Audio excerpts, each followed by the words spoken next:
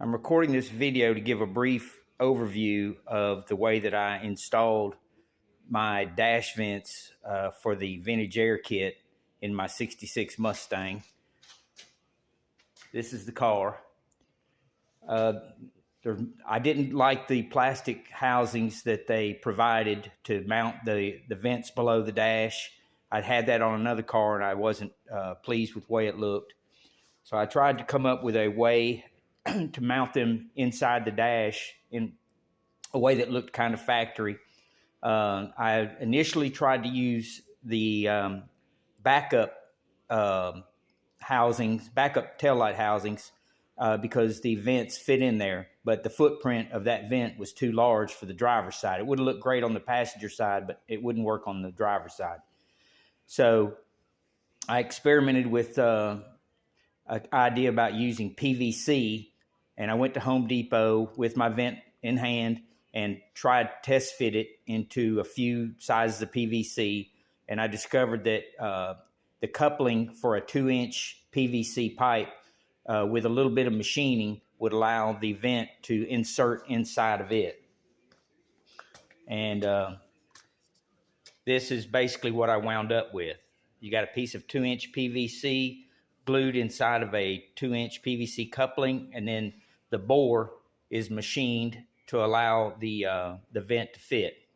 Then I had to figure a way to get this through the dash. And what I came up with, actually a buddy at work had the idea of using this 4x4. I matched the curve to the dash using a template, and then I drilled a 2 7/8 inch hole in after I put it up to the dash to kind of find my location. And then I was able to clamp this to the kick panel, and then I used that as my guide to keep the drill, the hole saw, from chattering and from chewing up the dash in places I didn't want. You have to kind of put it up there, and then you have to calculate where the center drill is going to be because of the curve of the dash. It's kind of difficult to get that location exactly right, but you need to get that right before you proceed. Then you clamp this up there. You have to kind of play with the depth of your centering drill to get it just to go through the hole. And then with this clamped in place, the 2 7/8 hole saw follows this and cuts through the dash at an angle.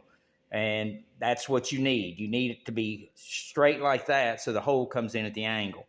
And then once you've done that, you just have to clear out everything behind the dash and make some sort of brackets to mount the ducting once you get it through there. So it's not a cut and dried thing. For everybody's going to find a different way to do it. I took the dash support that was there out and sanded it, painted it, and I'll tack weld it back in place and then use a hose clamp to hold the duct in place.